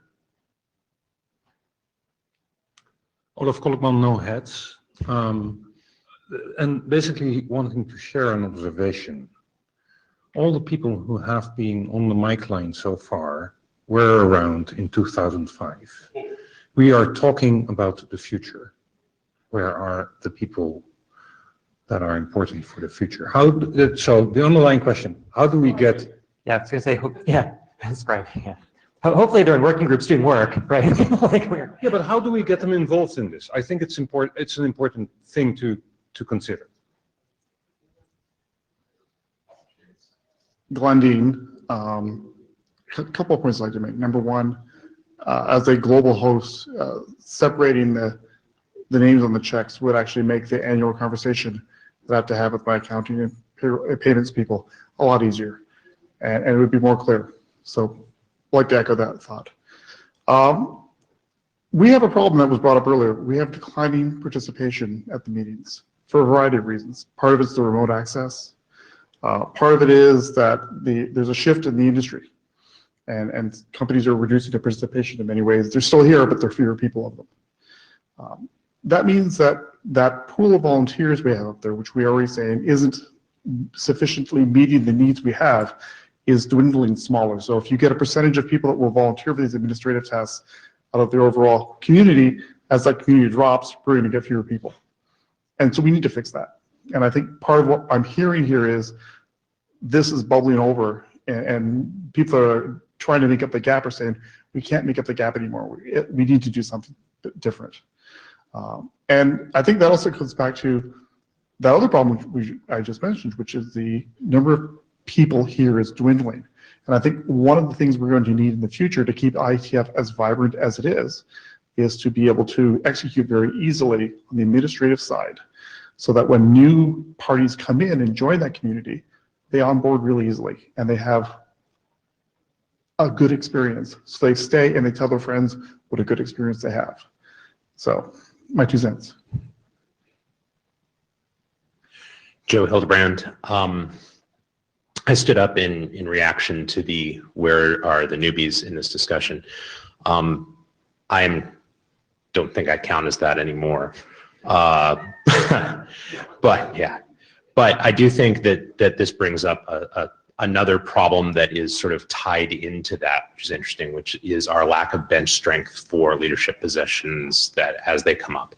And part of that has to do with whether we're able to accept new interesting work, that people are interested in coming and working on it here. And some of that has to do with how people in this room have treated those kinds of communities when they've come in the past. And so I just want to make sure we're all owning our parts of that and continuing to work on them. If there's any part of that that can be tackled in here, I'm not convinced of it, but I just wanted to make sure that, you know, we're not pointing a finger at some people who aren't in the room and they're not in the room because it's our fault. Alyssa Cooper, I also got up in response to Olaf's comments. Also, I wasn't here in 2005, but I appreciate very much the perspectives of people who were, and that, you know, for a lot of people, this feels like the fun all over again. But that gets to something that I was thinking about anyway when I was sitting there. Wanted to kind of build on top of Ted's, I think, very well articulated response to the question of what is the target, with a couple of other principles that I've sort of heard a little bit, or this one is relevant to Olaf's comment, which is that I think most people who participate in the IETF just want this to work.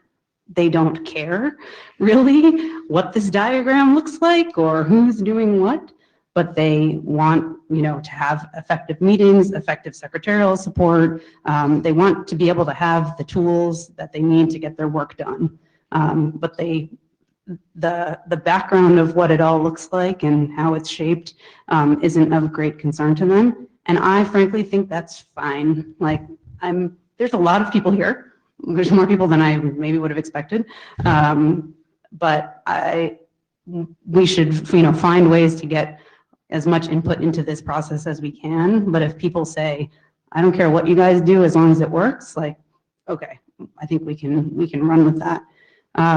There's a couple other principles that I feel like I've heard articulated. One is that in the end, the target of this should be to have a structure which is responsive to the community, you know, which is governed and overseen by the community, even if it's not directly run by the community. So I think that's another important one.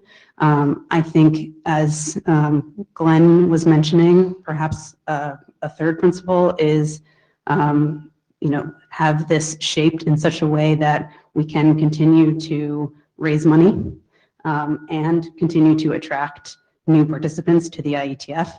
You know, those are not very specific, but I just feel like those are kind of the things that are coming out in terms of what the target of this should look like. And they're all areas where we could improve upon from where we are now. Richard Barnes, part of the post-2005 cohort. I've been sitting to the side looking for the right metaphor to express exactly what I find so baffling about this whole situation, as someone who wasn't there in the initiation, has only kind of dabbled in it over time. And Pete finally gave me the right one, which is this family metaphor. And the thing about families is that lots of relationships tend to be implicit. and rely on long-standing understandings. And maybe I'm weird in that when I like loan money to a family member, I write them a contract. Yeah, right. For those of you who don't know, my wife is an attorney, so we have some special dynamics in the household. I do think that. You have staff right. Yeah, I think that kind of there's kind of a good fences making good neighbors approach to this whole process, and I think that's going to be an important aspect to what we're doing here is kind of figuring out what the lines are that we need to draw. What are precisely the needs of the IETF? That the needs. What infrastructure do we need to create this activity in reality? And articulating those really clearly, and in the sort of way you would do if you were doing a rebid of a contract. And I think that's an important step, but I think it's not the entire task here. That's the first step to getting to the end state we want to get to. I think that Yanni was right to ask the question of like, what is the target? What does the right framework look like? And I don't have an answer to that. I think to the degree I do, it would probably align with a lot of the principles that Dr. Cooper brought up. But I do think that the right way to approach this is to kind of think about what the lines are, what the needs are, and then kind of use that as a way to ask what the best way is to fulfill those needs. Oh yeah, this. So yes, I was in the IETF in 2005, but I certainly had nothing to do with the IASA. Which I didn't know I would regret, honestly. But so there's one key point I'd like to make here. In the IETF, we have lots of ways of growing people to understand how to take the technical managerial duties, right? To be on the IESG-RIB, we talk about growing talent, we have shepherds, we have secretaries, we have working group chairs, we teach them things, we do apprenticeship and mentoring, and we have absolutely none of that for anything like the IAOC. And so we cannot complain about the lack of talent when what we're saying is come jump in the deep end of the pool with no training. And it's not, yes, a lot of the community is engineering, but a lot of the community is also senior engineers who are doing management in their companies. I would like to see us think a bit about how we grow the expertise for the oversight and have people be able to gain experience so that they're willing to start taking on the harder tasks. If we don't nurture and mentor, it's not going to happen. And it's not their fault. It's an organizational issue. The second one is, I guess I also share the concerns, of course, about growth of the IETF, outreach issues, increasing participation, spreading into being open to different organizations. But I also look at the need to look at IASA20 and the relationships as part of the outgrowth of the aging of the communities where we've been dependent upon relationships and the people who are there know how it's supposed to work. And over the years, that knowledge is atrophying because people are retiring and changing roles, and that's going to continue. So I'm happy to see this happen. Thank you. Right. Ray Pelletier, I am the IAD. Help. I'm going to end with help, but let me say a few things. I could talk for hours, but I'm going to limit this. One is the trust. There's not enough bandwidth on the IOC members to also be the trustees. And I think it's time for the NOMCOM or some other mechanism to appoint the trustees. And so we'll create a little more time for folks to be experts in those areas. Used to be the IOC chair was also the trust chair. And I said, please, let's have two. One, the trust chair might become the IOC chair. Secondly, the trust chair could focus on the things the trust needed and give me lists of things, because I just can't watch everything. And hoping that would work, and that frankly, that didn't pan out the way I hoped it would. The IOC makeup is such that we have so many ex officio members and an appointee from the ISOC board, such that we only have 2 or 3 folks that could be the chairs. And the result of that is, and we always add 2 new members or 1 or 2 new members every time. This time we have 3 new members, for example. And so consequently, the person who's in their 2nd year or their 3rd year becomes the chair. And it's not because they step forward, it's because everybody stepped back. Okay, so that's good people, well-intentioned anyway, but nonetheless. Mission critical support. We're responsible for affecting the over $1 million, probably $1.5 million worth of tools development over these last 10 years. We're responsible for MeetEcho developing over these last 5, 6 years and the support structure that it's become. It's become a very effective support structure. Mission critical support items. Administrative. We're not monkeying around with standards development work. I mean, that's one of the principles of having this thing set up, was that we wouldn't interfere with that. And I think that we've done a pretty darn good job of interfering that. Sometimes we step on cultural things. Sometimes but in any event, that's why we have culture members on the boards and on the committees to help keep staff and others in the bowling alley lane, right? So we don't get in the gutters. It doesn't always work. Sometimes I make a decision in a stream of other decisions, and it turns out to be a bad decision. I'm sure we'll hear about it at the plenary tonight for one of them. But in any event, so mission critical support, paid staff. If you want to get it done, you got to get it done. We're here to support you, figure out what you need. Part of the problem is, every time I ask the ISG, every year, what do you need? And I'm not getting back the feedback that, what administrative support, what kind of things can we do for you that will make your job easier? Okay, let's see now. Can't even read my writing. Oh, okay. Organizational structure. So ISOC, IETF, organized activity of ISOC. I was the executive director of another organization that started out as a committee in a chamber. And just like you've heard from sponsors here now, folks then, I don't want to give to the chamber. I'm not sure it's going to help the high-tech council. I'm not sure it's going to help them. And there was a lot of confusion about that. And over a period of time, what we wound up doing was divorcing. And the high-tech council became the Northern Virginia Technology Council, separate organization, a legal structure, incorporated, blah, blah, blah. And what result? More money, more participation, more activities, because they were focused on the things that they wanted to get focused on. They weren't sidetracked. The last part was help.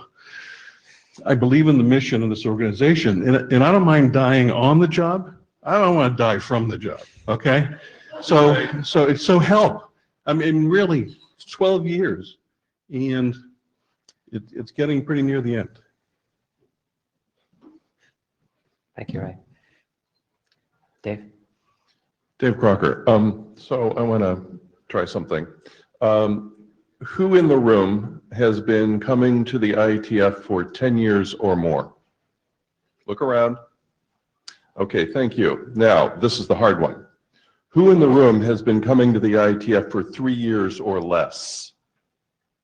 Raise it high, please, because we need to see this.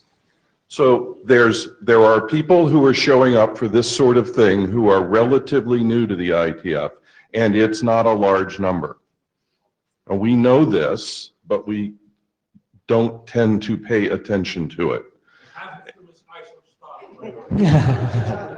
Oh. Let's try, we always have to redo surveys. So let's try this again. Not paid staff from ISOC, people who are here for IETF business who would be counted in normal parlance here as volunteers. 3 years or less. Okay, thank you. Thank you a lot. The concern that Bob Hinden raised is one that we need to, I think, pay quite a lot of attention to. And a concern, and that is maintaining the culture, which is a volunteer-based culture. And for the things that we can delegate to staff, that's fine, but we need to be careful that in the process we don't delegate the culture. And that's not a matter of staff being bad or bad intentioned. It's a nature of how we keep control over our own culture. There's things that we can and should delegate to staff that we don't because we're effing engineers and we like all the detail and it's so much more fun than working at a higher level. We need more discipline in how we do our part of this, and we're not very good at that. We are getting down to it now. So Yes, I had noticed that. So I guess I'm hearing a lot of people saying a lot of the same things. And so I was starting to get the impression that actually we do have a fair amount of consensus on general broad direction. And Gonzalo may have other things to say, but I was hoping that maybe we could close out by figuring out what the next steps are in moving in that direction, which I think we kind of all agree on. Thanks. I could, you're right. I'll tell you what to do. Gonzalo Camarillo. Yeah, actually, I was going to say something along those lines, but first a couple of comments actually from different points of view. Regarding the target, I think the target should be separation of concerns. I don't think thinking, as Pete mentioned before, in terms of who is on top, and it's actually useful. It's just like the ISOC, the Internet Society, is concerned with certain things, IETF is concerned with certain others, and now they are mixed and it's confusing. So I can tell you from an ISOC board perspective, we are really interested in clarifying this. Because as Dave said, we are family, but you know, the ISAC board even is not all IETF people. We have a really hard time explaining all this to the rest of the board. So in that sense, you know, the more clarity we have there, the easier for us is actually to help the IETF and also to accomplish, you know, other parts of the ISOC mission. Also for your information, we are running these future of ISOC discussions right now at the board level. So this is also interesting for us to have clarity and understand how it's, you know, the best way we can support the IETF. So that's from an ISAC perspective. From a global host perspective as well, I fully agree with all the other global hosts, obviously. It's clear that, you know, it's easier to basically put money, in my case, for example, the money that goes to these type of things, it should come from my budget. Money that goes to other ISOC activities should come from the CSR budget. In this case, everything is coming from my budget because everything is tangled up. That's not optimal. In that sense, maybe because I'm an IETFer, I understand this and I can explain it back there. Other organizations, they don't have that luxury. Lastly, I agree we have to restructure all this, but don't think that a new restructure will solve everything. We have operational issues and we have incentive issues. So the new structure, fine, but we have to work on that. Let me give you an example. You know, some people ask me why Ericsson is putting money on that. For them, the incentive is really not there because they said, if you don't put this money, ISOC will put it. So why would you go ahead and put the money? So there's certain incentives that they are not really aligned with what we want to do. And so think of that, you know, structure, operations, and also incentives. And lastly, as Eker said, I mean, let's try to wrap up with a bit of structure so we are clear on next steps. Thank you. Randy, and then I think we will close the mic lines. Randy Bush, as you can see by my badge, I'm a newcomer. In 2005, while you were making this mess, I wrote a paper in CCR that said, what's really happening here is as the internet becomes successful, it becomes a vendor game. And it's not evil, it's natural physics. It's who can afford to come and play. And people back home who hold the money don't really see that sending someone here to work on a finance committee meets their goals. Basic Physics 101. Basic Physics 102 is the relationship between the ISOC and the IETF. We pretend it's one thing, but in reality, the ISOC without the IETF doesn't last 3 years. We're the raison d'etre at this point. And I don't want to exert control. We shouldn't, I'm not into that. But all I'm saying is that we need to take more responsibility, we being the IETF, for that list of projects that Olaf put up there. Outreach, political, outreach, this, building diversity, etc. We're not taking responsibility for those. We don't even know half of them exist until Olaf puts up 100 bullet points. Alyssa, it would be great, I think, if you have any, not to put you on the spot, if you have any thoughts about how to frame the closing here. So I thought this was a really excellent discussion, and I appreciate everybody who is in the room, however long you've been participating in the IETF, for being frank and thinking really hard through this problem. I agree with people at the end who said, it sounds like I heard a lot of sort of the same things over and over from people. It sounds like a lot of people are roughly aligned in terms of the framing questions at the beginning. In particular, this question about whether there is, do we think there's problems here, and whether people are open to considering significant changes. It sounds like there is that openness, at least right now, and that includes we had, depending on how you count, 4 out of 5 or 3 out of 4 of the global hosts mentioned that as well, which I think is significant. So that's really helpful, I think, in terms of shaping what the next steps are. I think also Yanne's question, that's to me is like, if we can continue to sort of beat that around on the mailing list, I'm happy to sort of try to summarize a version of that is the synthesis of this discussion, and use that as the straw man for people to comment on. I think that would be helpful in shaping the future direction of this. And as we do that, we can also kind of start to think of like what is the shape of some potential solutions here, and start discussing those on the list as well. And my sort of thinking about this is that we continue to run this in the workshop-y kind of style. I thought the workshops were helpful. I think we're not really at the place of like writing a working group chart or anything. But if we can keep the momentum going on the list, probably schedule some more workshops when we have some more meat on the bones in terms of what we're talking about, and some concrete proposals both for the answer to what is the target and what do some of the solutions look like. That's the way that I would propose that we do this, and I feel, in terms of driving this, basically comes back to me. But I will be reaching out to many of you who participated today and who have been participating to help shape that and shape the straw man for further comment. So any quick comments on the sort of process approach here? Does that seem reasonable? Does anyone object to that, the workshop-y kind of process for now? So I guess, Sean Turner, do you feel like what happened today is going to help you frame the question so that we can move forward quickly as opposed to slowly? Yes, definitely. Yeah, I think this went about as well and provided as much insight as anybody could have expected. So, thanks. Randy, last word. Randy, again, just want to thank you for being considerate of time zones in the workshop. Oh yeah, yeah, Thank you. definitely, always. Thank you, everyone. Blue sheets, if you did not sign them, come up to the desk. Thank you.